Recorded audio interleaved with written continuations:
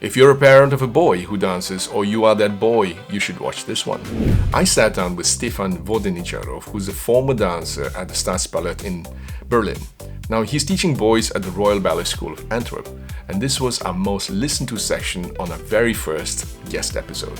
So we're just two guys with ex-dancers. We also are both parents talking about 3 things concerning boys in dance. Number 1, does dance make a boy gay?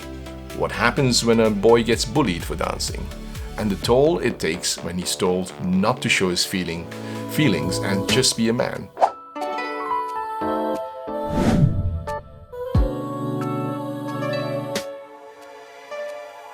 The question that most parents are asked, I think I should be honest about that, is especially for dads, especially boys going into dance, like you say, does dance make a boy become a gay person? No. No, I think you're born gay, but you don't become gay. That's what I think. I think already from a young age, maybe you can't place it, but you have a certain attraction towards men. It's not something that you become. I think that's something you discover more, like I like boys more. I was not like that, I always liked girls, but I can say it's not the profession or the art form that turns you that way. To your point about, okay, it's a physical form, but you have that level of emotional sensitivity. Yeah. Level of emotional sensitivity. I think there's a lot of parents who probably be, especially for dads, be doubtful of that. You understand what I mean? Because it's better to do than to feel. And I says, Yeah, but I think that's the thing also for men. Don't show your emotions. Don't talk about it. That's not important. Be a man and swallow it and just keep going. And I get some things you just need to accept also, but suppress it can be healthy either. So I think that makes a man even more manly. In fact, if you get in touch with your emotions and you understand them and you can control them, that's far more masculine, I find, than somebody that's just explosive in emotions and gets aggressive and has no control over it. So that for me is, it's a big part of maturity also. Let's talk about the boys itself. Yeah. Because you teach the boys, right? What ages are they right now currently? 14, 15. 14 or 15. Yeah. Just as they're in puberty. It must be hard for a boy also, and especially because there are not so many boys we know from our own classes. There may be like one boy in, I think, like 20 or 30 girls. If this boy were to share that he was dancing in school, at regular school, I'm sure he would, like, in hallways, he would get teased or bullied. Yeah, that's the thing. If you go to a regular school and then you do ballet on the side, I understand why a lot of boys don't share it, because of the very short and narrow-minded opinions you get in comments. And you want to prepare your boy dancer for the bullying, for the comments. How would you prepare your child? That's a good question. I think it depends on the kid also, how resilient you are and how, if you're not afraid to fight back. I think it depends also on the character and the energy of the kid. You have softer kids, you have, that's kids that don't let other people walk all over them. I tell my son who's dancing that, to kind of like feel his way around in group, especially a group of people that he doesn't know, and to discern who are your friends, who are going to be your friends, or who are going to be that you need to like be careful of. I don't want to share too much information with, and then just to be careful in not being a closed book, but just being careful of who you let in, and to be prepared for the fact that there's a real possibility that someone is going to say something, someone's going to just throw something out there, even though sometimes it's just innocent, maybe out of just bit or it's just culture, I don't know. Yeah, and to be a little bit more careful about that.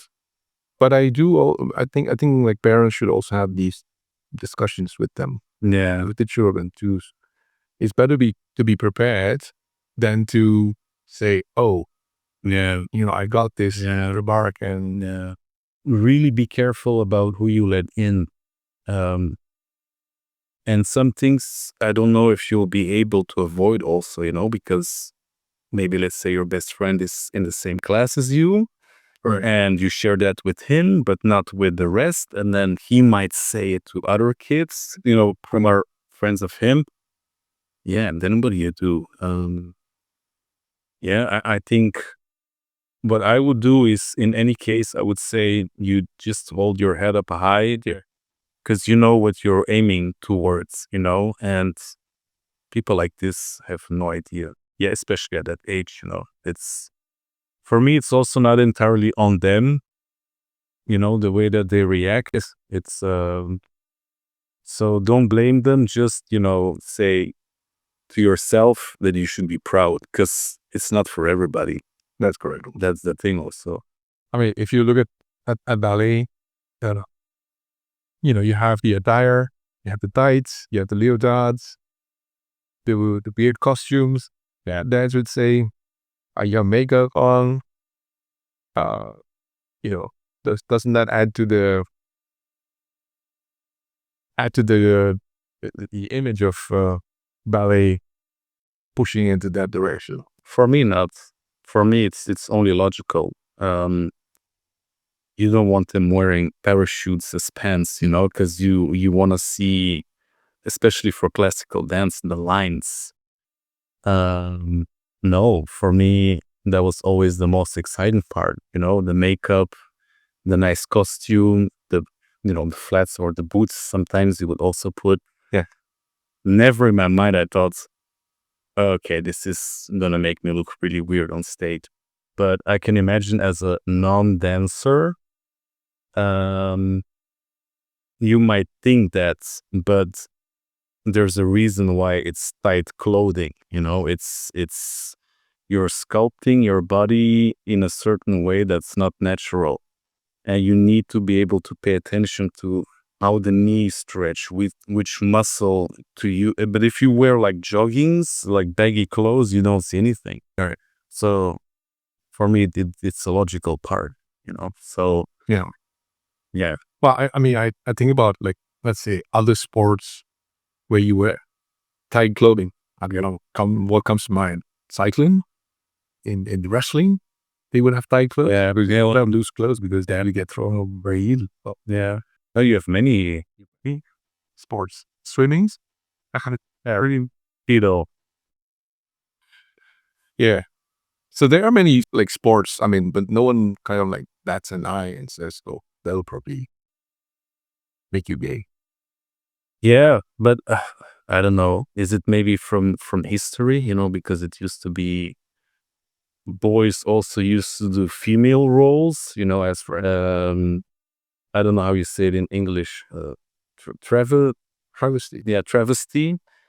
And it's only later that they also included girls. So I don't know. Maybe that plays a part, or it's just a very quick comment.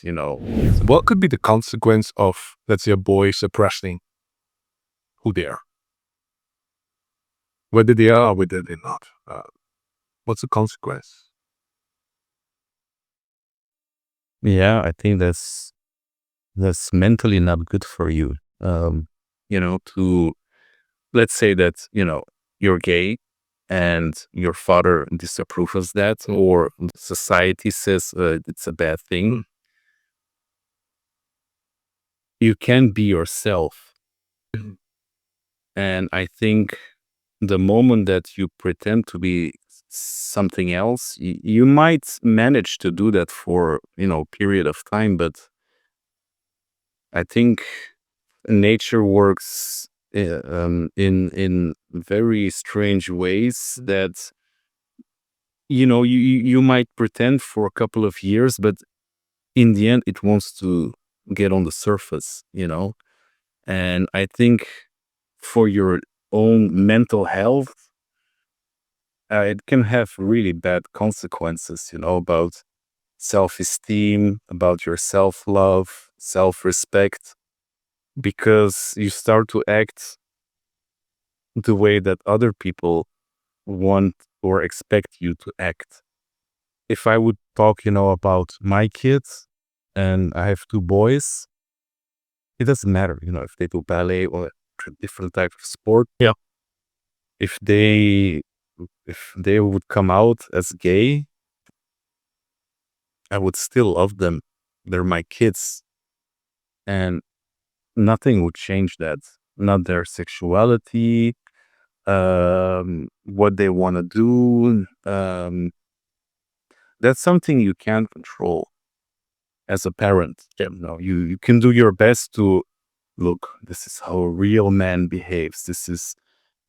But you can push them in one direction, but they have their own character, their own will, their own preferences, and I think the only thing that we can do is give them like a good foundation about, like a good moral compass, and yeah, just give the message that if you want to do something, you go for it. Fail, fall 100 times, 10,000 times, doesn't matter if this person says this to you. You believe in yourself. That's essential, period. Whatever you feel like, attracted to whatever, it has nothing to do with why I love you. Oh, and by the way, if you like this type of content, could we ask you to like and subscribe on your platform of choice? And just write in the comments your questions or reflections. We promise to read and answer every one of them.